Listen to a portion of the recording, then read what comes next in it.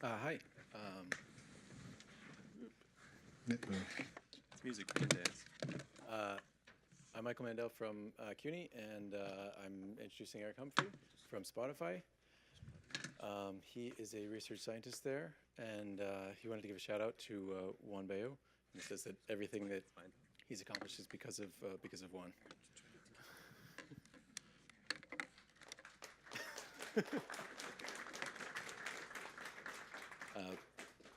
But he's going to be talking about progress on the road to end-to-end speech synthesis. No, he's not. He's going to be talking about advances in processing, singing, voice, and recorded music. Thanks, Mike. You did it.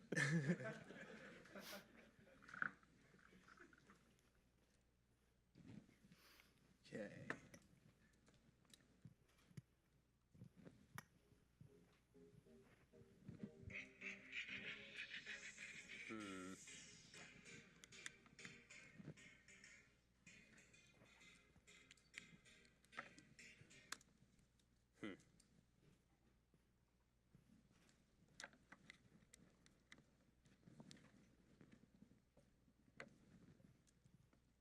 Seems not to be detecting the HDMI. This is our HDMI. Are you in? Yep. So are you mirroring? Going to your display. Yeah, this is mirroring. Mirror. Oh.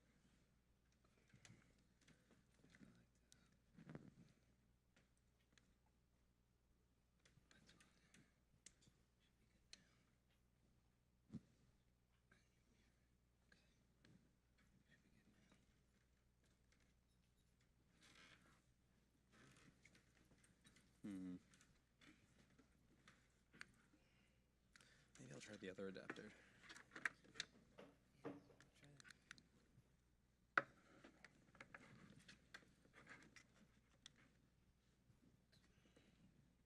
Ooh, now it's responding.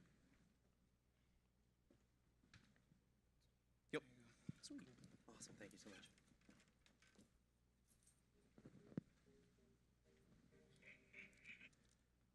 So I know better than to wait to have audio. So I've started putting audio in the front of my slides specifically for this reason.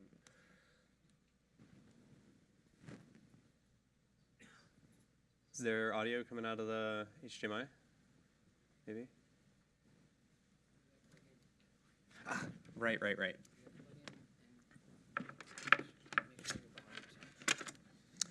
right, so it's not coming through the HDMI.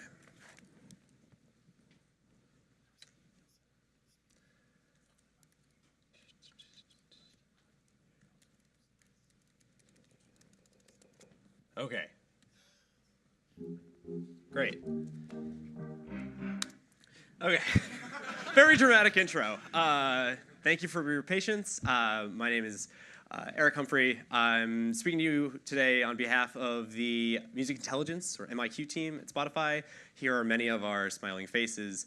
We've had a lot of different people involved in this work. We've been a machine listening group for most of this year. So a lot of this work is in progress and recent advances.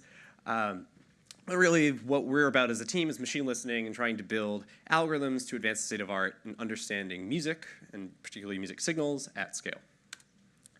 But today, in the topic of SANE, speech, and audio, I want to talk about some of the work that we've been doing around understanding voice, specifically music.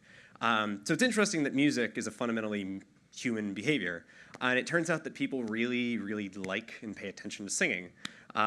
Most people have a voice. Many use it to sing, and some use it better than others. And you can see that singing crops up in a number of different areas of culture. So I just pulled out a few fun ones here. There's TV reality shows about singing, the voice. Smule had a really successful karaoke app called Sing. Karaoke bars are all over the place, and they're a ton of fun, and you can embarrass yourself in front of friends and coworkers. And Pitch Perfect is a super successful movie franchise around singing. There's Glee, there's American Idol. These things are really part of it. But in terms of acoustic models of voice, keeping with the theme of today, singing is not speech. They're quite different. They are drawn from very different distributions. Speech processing, as we've seen, has really reaped a lot of benefits from data-driven methods.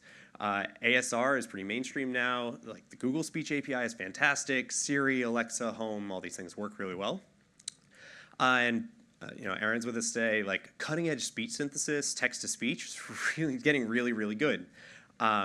Singing voice research though, not so much. There's been some work on trying to adapt ASR systems to lyrics transcription. They don't work super well. So Dan had a visiting student a couple of years back that was looking into these kind of things. State-of-the-art singing models tend to be parametric.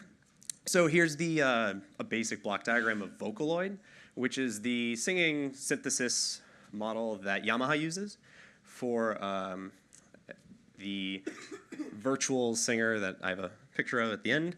And if you hear what this sounds like. Vocaloid will sing with ooh sounds. Ooh. Click on the stop button to stop the playback.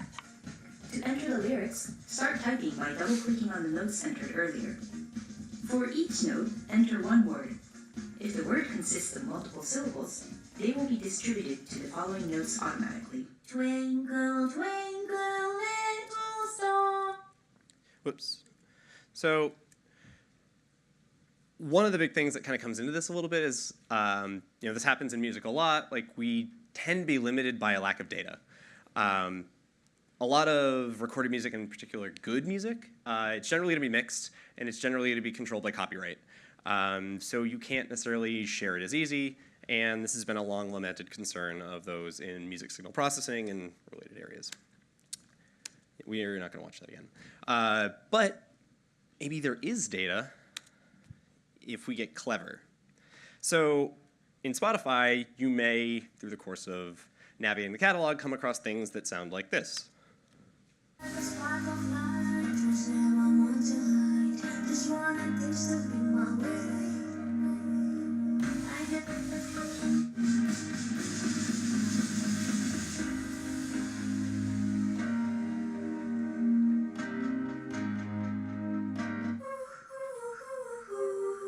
Great, so I'm not going to play the whole thing through. You get the idea. Artists release at least instrumental versions and sometimes even a cappella or acoustic versions into our catalog. So these things exist, and when you have a sufficiently large catalog, they exist enough that the frequency is still pretty small, but we have enough data that we can work with. So by kind of mining our metadata, we can go through and build some pretty simple metadata filters that look at two tracks, A and B, that are recorded by the same artist. Instrumental does appear in one and it doesn't in the other. We can do some fuzzy string matching to make sure it's not parens versus square brackets. And we can do some track filtering. What's interesting is that there's a lot of re-released content. So we also have to throw some fingerprinting at it once we have this candidate pool. So one of the common confusions you'll end up with this pretty hacky algorithm is a song from an instrumental artist that was released in, say, a film score or something like that. So it doesn't make sense to label all the tracks as instrumental in the album context, but it does when it occurs around other things that aren't. So we're able to throw away 10% of this, and what we're left with is around 12,000 pairs of original mixes and instrumentals, which is 1,500 hours of audio, or 750 for the mix, which is around, depending on whether you're counting for the 15 or the 750, a month or two's worth of straight audio. And there's a genre breakdown. It biases a little bit towards rap, pop. Metal is also a really common use case for instrumental tracks, which I did not expect. So now that we have this data source, what have we been doing with it? Well, the first thing we can do is say, can we just detect voice? Can we measure the quality of the signal that we're getting out of this?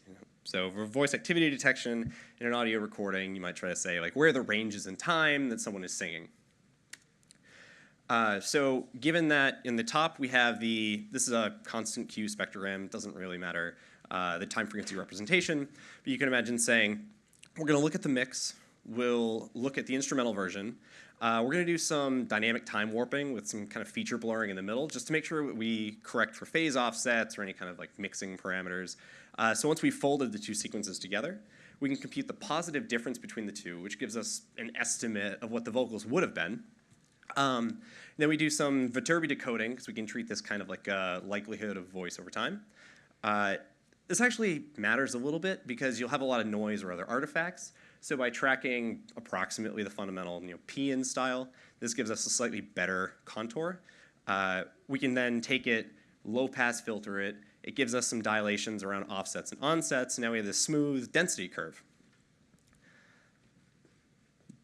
which is nice, but I don't necessarily trust the values of the density curve. But what we can do is frame this as a multiple instance problem. It's like what Dan was talking about earlier with the sound detection, labels over an entire observation. We can think of it as we have a binary classification problem. So we have bags from which we're going to draw tiled observations. We have a 3-minute track. Vocals are somewhere in there, and we want to know where. So we're going to say, a bag of observations is positive if it corresponds to, in this case, vocal, or if there are no samples, it's the negative case.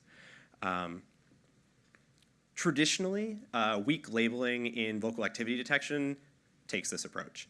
But you'd expect that every non-vocal observation from a positive bag is noise, and that might get washed out with enough data.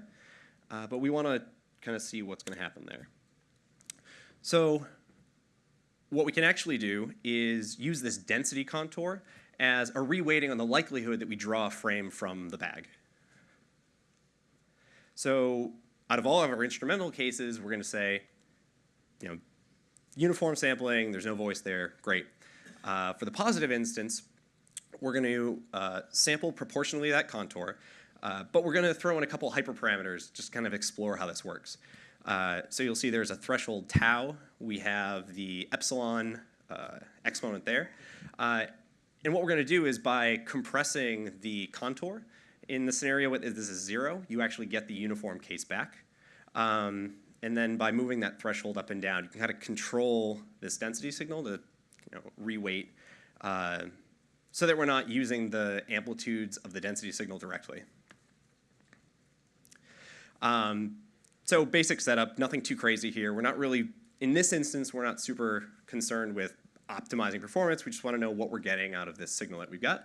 So const-q tiles, second in duration. We're going to use a simple 5-layer convnet, ReLU activations, a little bit of dropout in between.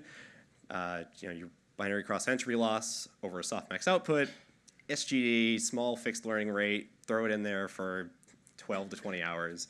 And we look at a couple different scenarios. So the baseline, the epsilon and the tau of 0, are the scenario which is your weakly labeled instance. There's some weighting to see how these relative values affect the results. And then we're also going to do this thing where we correlate examples. Because we have these two aligned observations, we can also kind of sample the margin, or rather the decision boundary, to say that we're going to have two observations, one without vocals and one with, that share a background context, where the only difference should really be the voice. Just to kind of see what that does. We compare it against some recent state-of-the-art using this iterative boosting method. We find that we're pretty much right on par without having to retrain a model a bunch of times just by throwing more data at it. So we've been able to get a comparable model by mostly just mining data. We haven't really done anything too crazy here.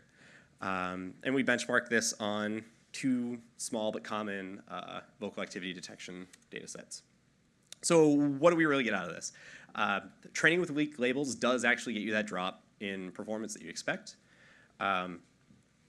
Using the density estimates gets us close to the state-of-the-art. Training with these correlated pairs seems useful, but probably warrants more exploration. Cleaner estimates lead to better performance, and we actually get some corpus effects kind of between the 2 Gemendo and RWC data sets. And when we dig into these kind of things, we find that because the 2 data sets were annotated by different humans, you're getting different temporal precision, and the model's consistent across both. The model is very temporally precise. I don't want to say it's accurate, but it's very precise in time when a vocalist breathes. So here you can see the likelihood curve in blue, the ground truth in black, and the model estimates in green. So it's really tracking the activity, or more generally, the salience of what's in the lead. Because what ends up happening is it gets tricked by monophonic leads. The reason that this happens is because the negative examples were instrumental versions, not necessarily instrumental music. And that's an important nuance that we didn't appreciate until doing this experiment. And what I mean by this is an instrumental version is one where the vocals, or generally the melody, has been not mixed in. So when you present it with other melodic content, there's kind of this out-of-gamut region the model hasn't seen, and we need to be more sensitive to training these kinds of biases in the future. So here,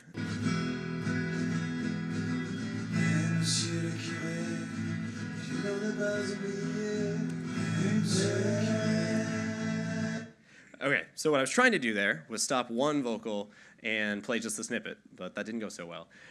So you heard the original track for the top part, and then the blue regions are the regions in time where the voice has occurred. I've already played the first blue block.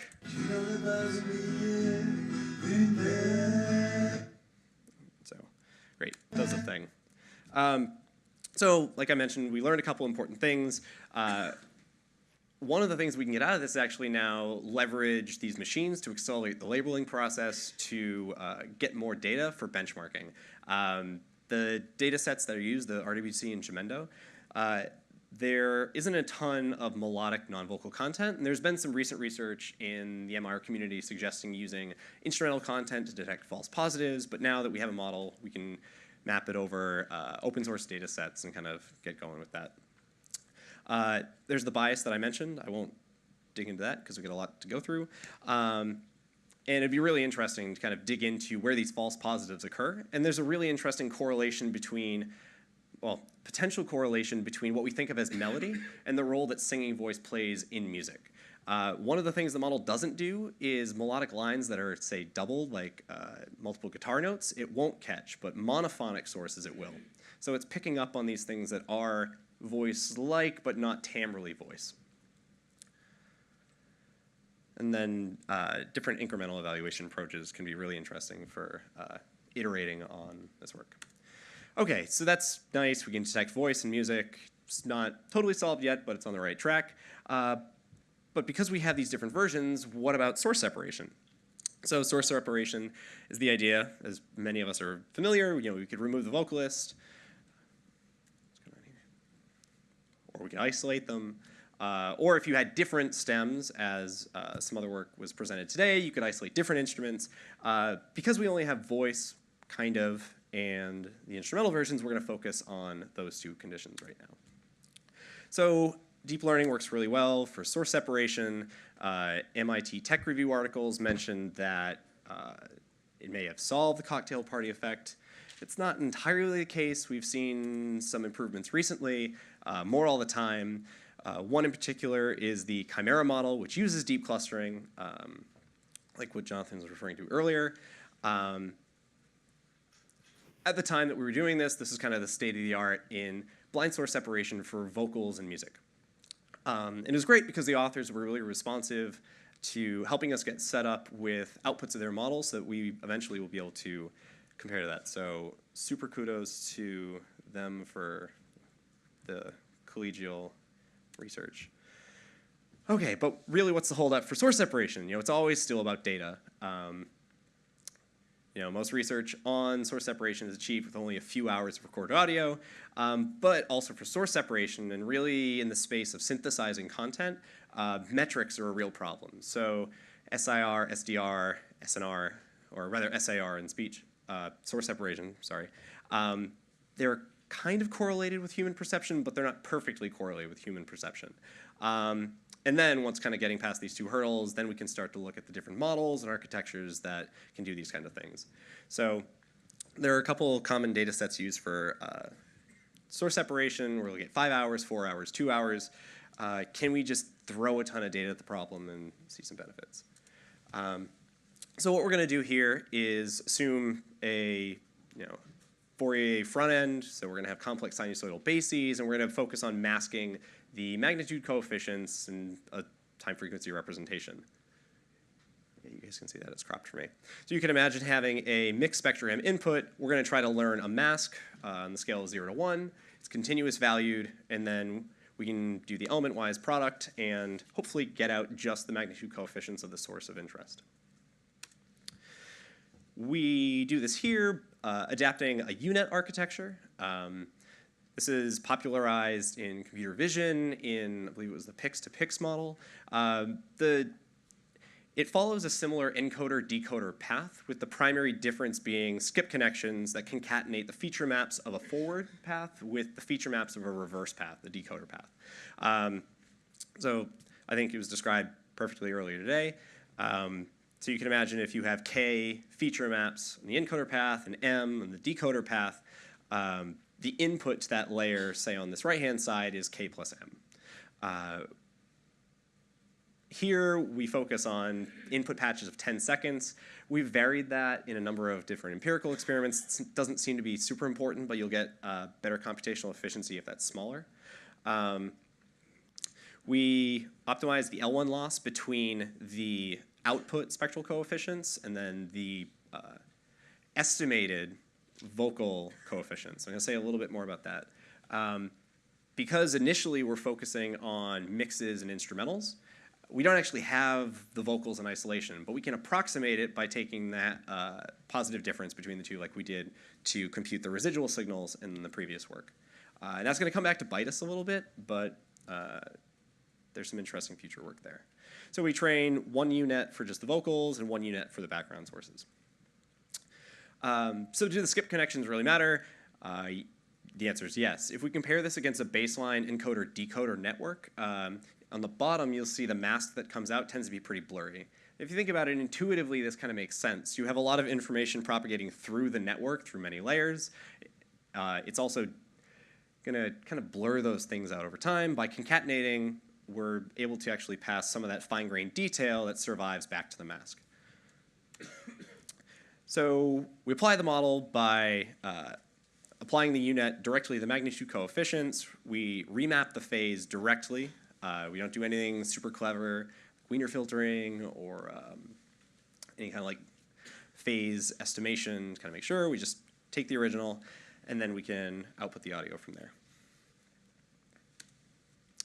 So as I mentioned, we quantitatively look at things, the common SDR, signal distortion ratio, signal interference, and signal artifact ratios. And we compare this on the ICALA vocal and the instrumental sets. And we look at the UNet architecture versus the baseline encoder-decoder pair, and then the chimera model that was so generously shared with us just to compare against. The results are not statistically significant, but they are encouraging, which encourages larger data sets to kind of compare against. But we're in the right ballpark, and it's kind of interesting to look at those results. So what do people say about it? So we turn to Crowdflower and kind of complement the quantitative eval with a subjective, I'm going to call it a listening survey.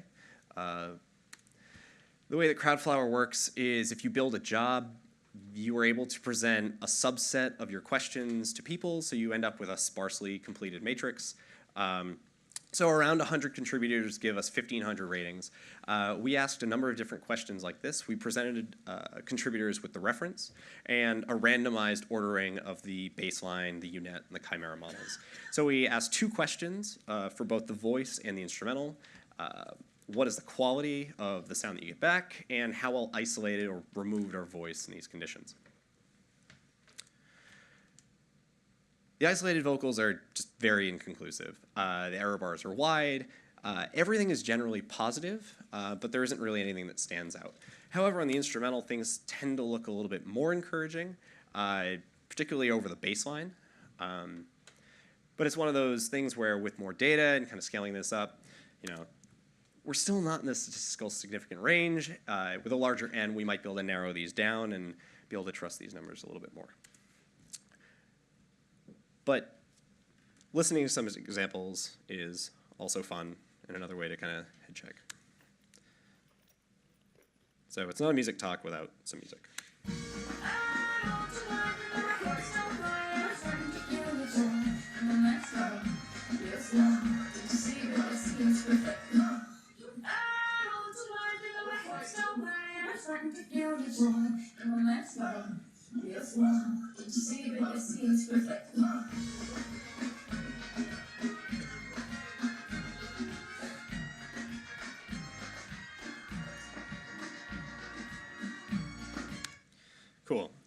You can kind of hear in the vocals, and I'll play another one just quickly. We're getting a lot of artifacts in the vocals being isolated. We're hypothesizing that this is probably due to how we're estimating the vocals. We want to go back and kind of mine some of these a cappella tracks that we've been able to identify, and look into other methods for kind of cleaning this up. So.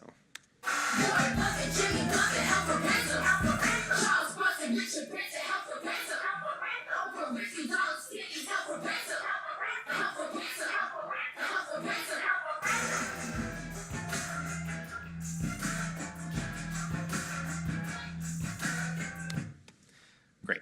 All right, so now, in this case, it was interesting. We were able to get some compelling results with not a lot of muscle. You know, if we continue to push on this, it'd be really interesting to see where some of the source separation, in particular the vocal removal, can go. A lot of this is still kind of gated on our ability to have good perceptual measures of quality. The really interesting thing is that we can do some fun stuff with data that does exist if you can kind of get clever about where to go find it. So the last thing I want to talk about is what we can actually do once we've been able to manipulate some of these vocal signals, which is getting into vocal similarity. So if we have vocals potentially in isolation or in a mix, can we model and compare style computationally? So what we put together here is a little video that is just a number of different vocalists. The visualizations are mostly to just keep you occupied. They aren't necessarily signal level, but you can just listen to the vocals and kind of think about the different styles that you're attending to.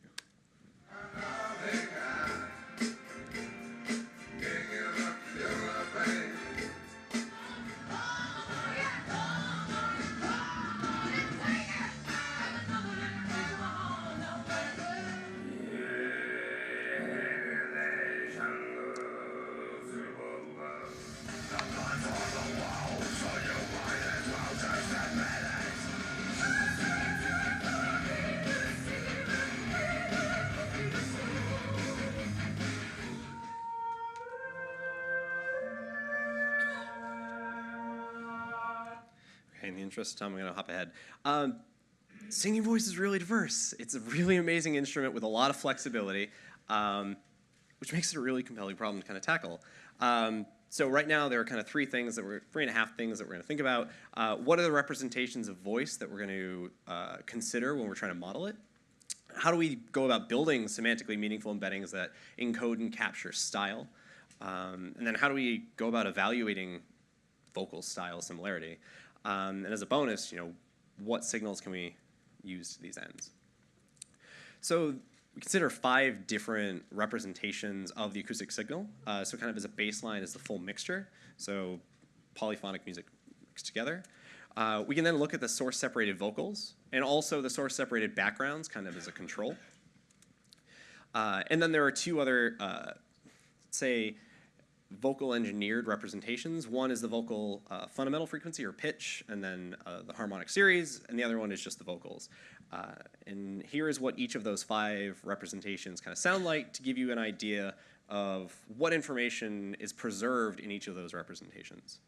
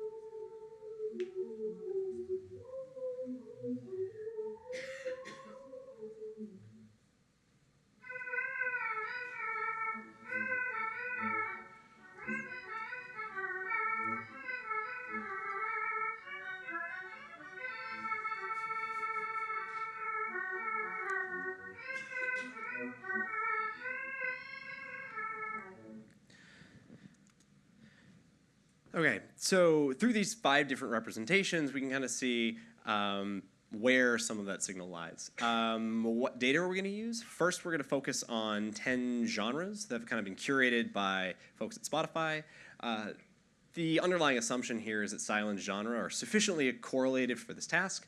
So we're going to look at 10 genres, 100 artists each, 20 tracks per, which gives us a data set of 20,000 tracks in total. As for a style embedding model, we have these different inputs. We have a convolutional model that goes through a couple layers. At the output of the last convolution, we flatten it to an embedding layer.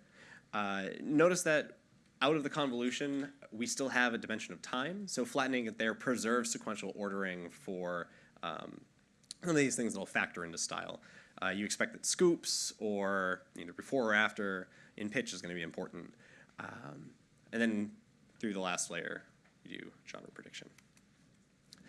And we see that genre and artist relationships are weakly preserved. So if we look at confusion matrices over the data sets, you're seeing the diagonal show up in a number of scenarios. And the confusions tend to make sense. So Chicago soul and jazz blues. At the bottom, we have southern hip hop and trap music. These things kind of persist across this. And when we think about, and when we use this model for artist retrieval, we're getting about an order of magnitude better than random for retrieval.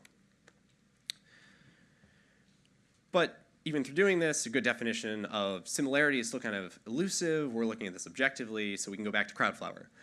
So we randomly select a subset of artists whose tracks aren't necessarily well localized in the space, and use triples to present to contributors to kind of do a bubble test to see which one is closer between the two. And what we find out of that is, so generally what ends up happening is that tracks with similar vocal styles are not necessarily in the same area as the artist. So we can think of artist retrieval as being a baseline, and some of this information is definitely preserved across artist and genre. So as we kind of move away from genre, we can think about different kinds of taxonomies, because we want a more nuanced view of what's actually happening in the signal itself. So here are a number of different terms that, again, were kind of derived with editors to kind of get at what's actually going on in the signal. So you'll see things like raspy, shouting, old, young, somber, calm. But when we're doing these kinds of things, we can't necessarily gauge these attributes in a forward pass. There's no real, like, this is the most raspy voice, this is the least raspy voice. You get much more stable annotations out of pairwise comparisons. However, pairwise comparisons aren't going to scale to a data set of 20,000 tracks.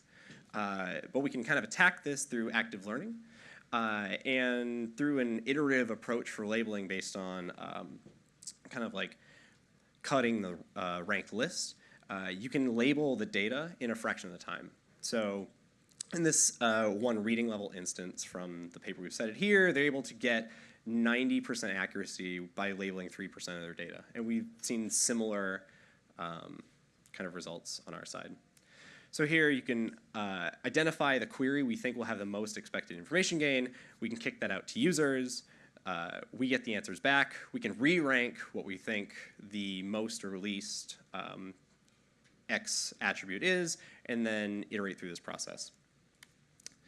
And what we find is that, say, for something like rhythmic talking, it's correlating with genres we'd expect it to appear in, southern hip-hop, rap music, but also skate punk. And if you dig into the content, these things actually happen. So what this is giving us is it's putting us on a path to getting a more nuanced view of the content that we're trying to computationally model style over. You know, inversely, soul, jazz, and Chicago soul don't really have that many instances of rhythmic talking. And it presents an opportunity for us to explore where an attribute is more or less correlated with certain genres. You'd expect masculine may have a weak correlation with some genres, but it's going to be more at the actual level of the content. So this is still an area of active work. Aparna and Rachel are both here to talk to them. They're super passionate about these things. I've called out a few different singers that I personally think have really distinct styles. So Michael Bublé, Beyonce, Meryl Garbus from Tune Yards, if you're familiar, she has a very distinct vocal style. And then our Vocaloid pop star. So there's more to come on this. Incremental approaches to annotating the data are going to be really crucial when we start to tackle other problems, especially in music, that don't necessarily have a ton of data to start. But it's also really interesting to think about the perceptual and the cognitive abilities of and limits of humans when they're making these judgments. As we start to focus more on understanding how people process singing voice. So with that, I will say thank you. I'll take some questions and say we're growing. Not just the MIQ team, but also some speech stuff and natural language processing up in Boston. And also there's some teams in London. So thank you so much.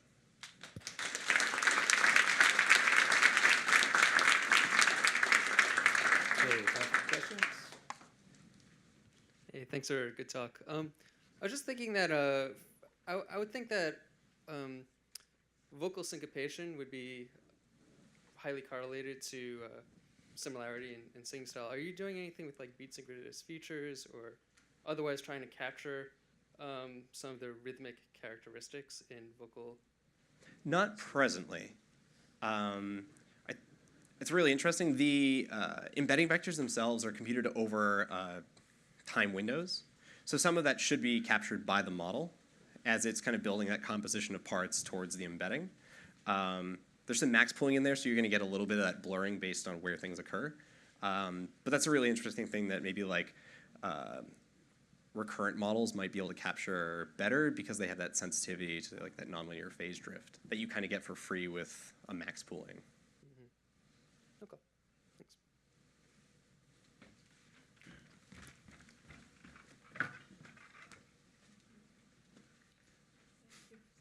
That's fascinating. I was just curious about the vocal isolation process, since there's a kind of a standard way of doing it in using Audacity, for example. Since many of your examples are pop music where you have a centered vocal in a stereo pair, there's a very simple way of isolating a vocal. In that case, what does your method? What is the added value of your method, which seems more substantial in terms of the number of steps? Yeah, so you're hitting on something that's really interesting, which is production effects. Right now, we're only focusing on mono, so it's that monophonic blind source separation. But there are really interesting aspects of music production that we're kind of leaving on the table right now. Processing mid-side rather than left-right, if we were doing stereo processing, is a really interesting thing that we're keen to dig into, but haven't gotten to yet. But it's generally going to work considerably better than picking out your center channel. You had a confusion matrix up where you showed the extracted vocal, and then you showed just, maybe it was the pitch track, or maybe it was the pitch track plus harmonics, and it looked like it was doing better. The confusion matrix looked better not when you were using the full extracted vocal. It was, I think the one you're referring to is this one, and it's the isolated vocals versus F0 plus harmonics. That seems surprising. Yeah, this is still very much under exploration, and we're kind of digging into this.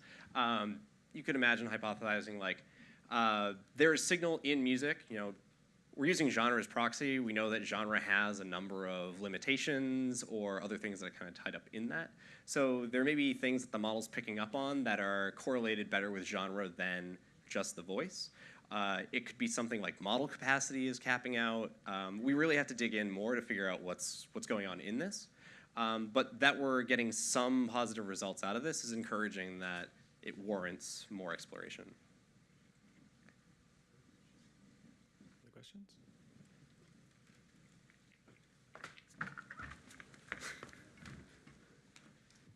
Yeah, hi Eric, nice talk, thanks. So I wonder if you could say a bit about how you did the crowd survey of the source separation success. Because we've been trying to do this quite a bit, and actually find that you get slightly better match to the measured scores like SIR, but you have to ask people the right questions and train them a little bit. Have you looked into some of this stuff to see what you have to, or the questions that you have to actually ask people? I would say that we've done our homework in reading some of the papers that you've been part of. Like, it's certainly a really, really interesting thing. And now that, I can't say enough about Crowdflower. We've been really surprised and impressed with the quality of data that we've been getting back.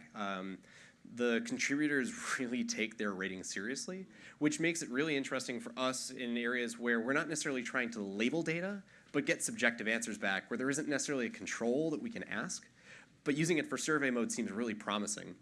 So one of the things that I've kind of been impressed with, even just coming back here, is like, I think maybe we've reached a point now in the community that vocal separation in music can have more collaboration across the different labs, that we can actually try all these different questions in parallel and pool our collective efforts and saying, like, what is the right question to ask? Is it this phrasing? Is it that phrasing? Can we compare these? Can we build a common cohort of contributors that we can then keep going back to? So I would not say that we've asked the best question. It was a lot of really debate and iteration that we had internally, but I'm looking forward to discussing it afterwards. And next week in China, and for the next year, and on and on. If there are no more questions, let's thank Eric again. Thank you so much.